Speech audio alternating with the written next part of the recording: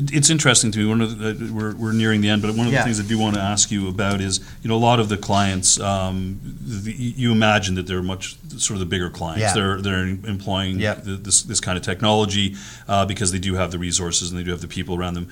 A lot of lawyers are busy, right? They spend all their time doing what they do, and dealing with this stuff is much more difficult. And in your mind, is there sort of the larger, medium-sized, small law firms, like where is there a cutoff, or is this something that's good for all?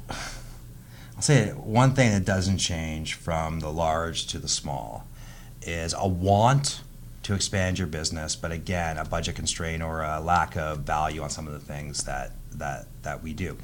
And it's because, again, it all goes back to the same thing. It comes out of someone's pocket. But I'll give you an example from accounting, which just shows that I guess accountants are better at counting money and profit than lawyers are in some cases. Is we work with a small accounting firm.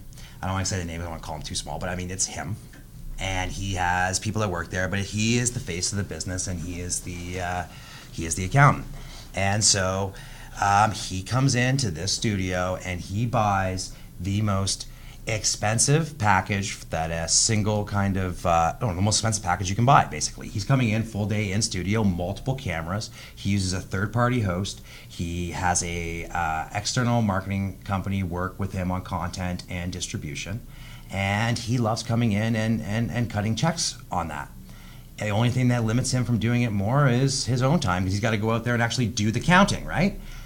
But, I was in here with him and I said, I got to ask, because, we see this all, we see the struggle that we have in all these places. He's like, Matt, I get one customer from this, one.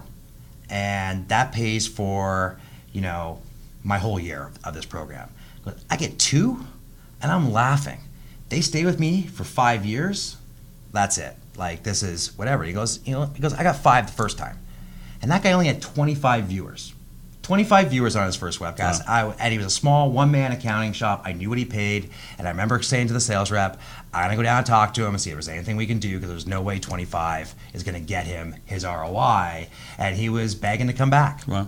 And so he, maybe because he was so small, was able to more clearly see the delineation between viewership and that revenue. Accountants have not been shy about picking up the phone like lawyers have. But I would say that anyone the real cutoff for law firms is their areas of practice. If you are a local, if your shtick is we are the best in Markham, then webinars probably aren't the best for you. If your shtick is that you are the best IP firm in the country, and regardless of the fact that you only have lawyers in Toronto, you really are better than everyone else, you should be doing webinars all the time. Right. So I can't say that it's a head count of lawyers. I can't say that it's anyone. But if you're in the latter, if you are someone who does business nationally but is located locally, and you're already committed to events, then you're going to see the fastest road to ROI, because the minute you add a virtual element to that same event, your lawyer doesn't have to do anything more. He's still doing the presentation he was going to do for the 25, 30, 40 people you have in your office. But you expand that out to a virtual audience, you're going to get tenfold, probably, especially if you really are the best in the country at it.